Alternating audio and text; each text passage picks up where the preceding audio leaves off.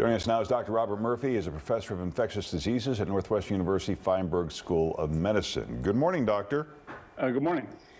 Well, let's start with Thanksgiving. We have a story that 30% of people plan to still get together for Thanksgiving. And so what can those people do to minimize the risk? Well, you can always reduce your risk by doing the usual things, social distancing and wearing masks, other than when you're obviously eating.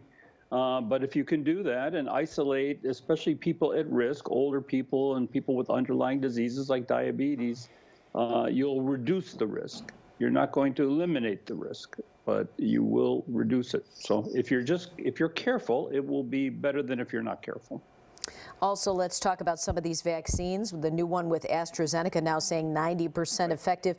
You said that was done with a low dose group, and you said that's a strange finding. Talk about that. Yeah, they did a 20,000 person study. And for most of it, it was the regular dose given once and then the booster dose given like a month later and versus placebo. But they had this unusual group of 3,000 people that got a half a dose of the vaccine first and then the full dose second.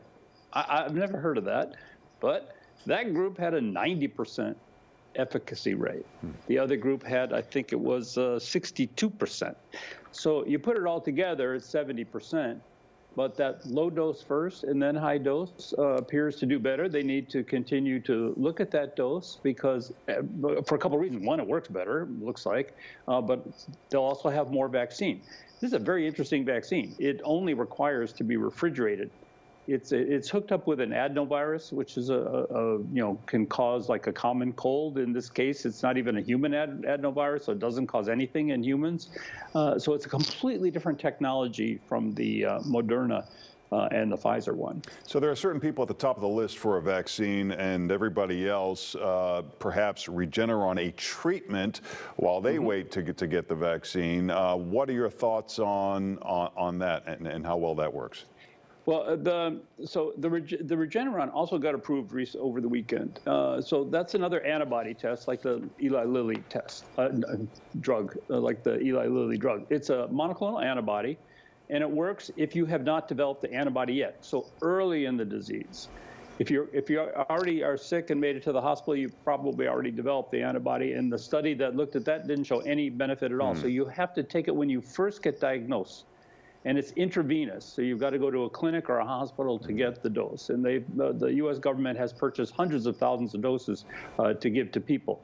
Those people do much better than if they don't get the antibodies. It's the same antibody that President Trump got at Walter Reed Hospital. All right, let's go to some viewer questions. This person asks, what age kids will be vaccinated with regular adults? Yeah, so it depends what age, the minimum age group for each of the vaccines was done. Typically it's 18, but some of them went down to 12. So it depends on which vaccine you're actually looking at. Now, supposedly that all the safety data is there, they will study the effect in children specifically.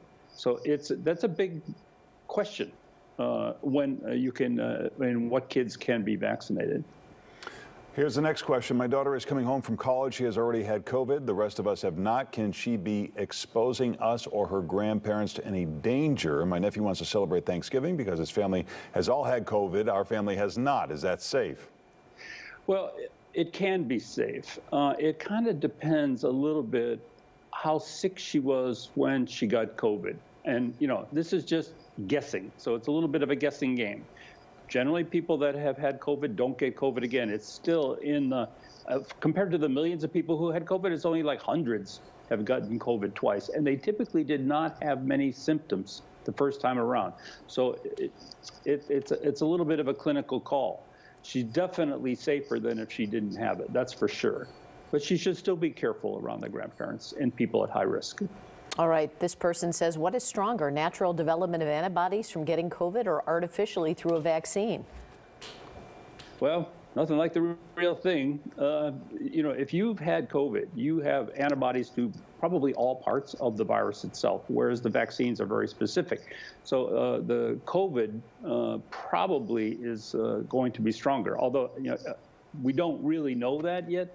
but I would suspect that having the disease and how few second infections there are, that having COVID is better. All right, Dr. Murphy, thanks for being with us again. You can go to our Morning News Facebook page and post a question for him there. We'll talk to him again tomorrow. Have a good morning. Thanks, Doctor. All righty. Have a good day. Hey, Paul. Good morning. We're looking at a lot of sunshine.